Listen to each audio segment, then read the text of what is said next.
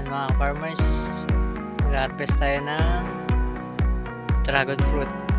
May mga hinog na pangkain. Ayan, samahan nyo ako mga farmers. Ito yung tanim nating dragon fruit mga farmers. Ayan, pero natira na lang yan mga farmers. Kasi maluwang ito. Naging ilog nung bumagyong pipito dun. Dragonan yan lahat mga farmers. Nasa lang tinangay ng ilog. Pero salamat sa Panginoon kasi may mga natira pa. Yan. Ayan mga farmers, ang mahinog na.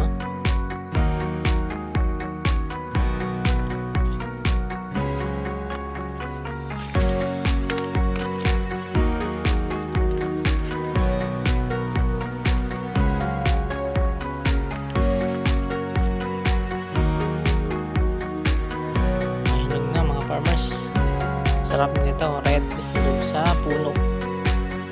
Maraming bunga mga farmers, oh. Pero hindi pa rin.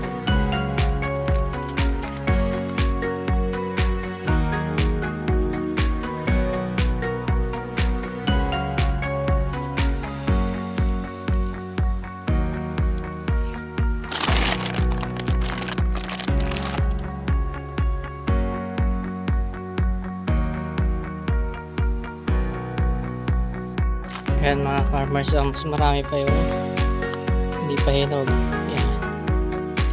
Mga kwanto ito mga farmers, mahigit 1 week.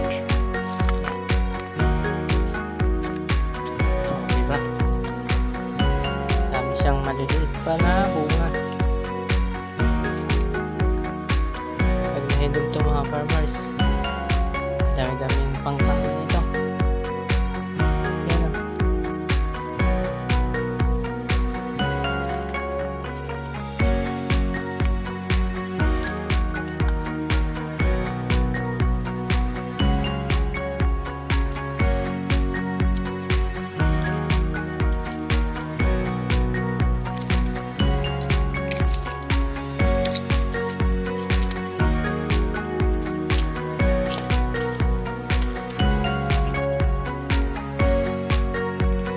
Mga farmers, salamat sa inyong patuloy na panonood.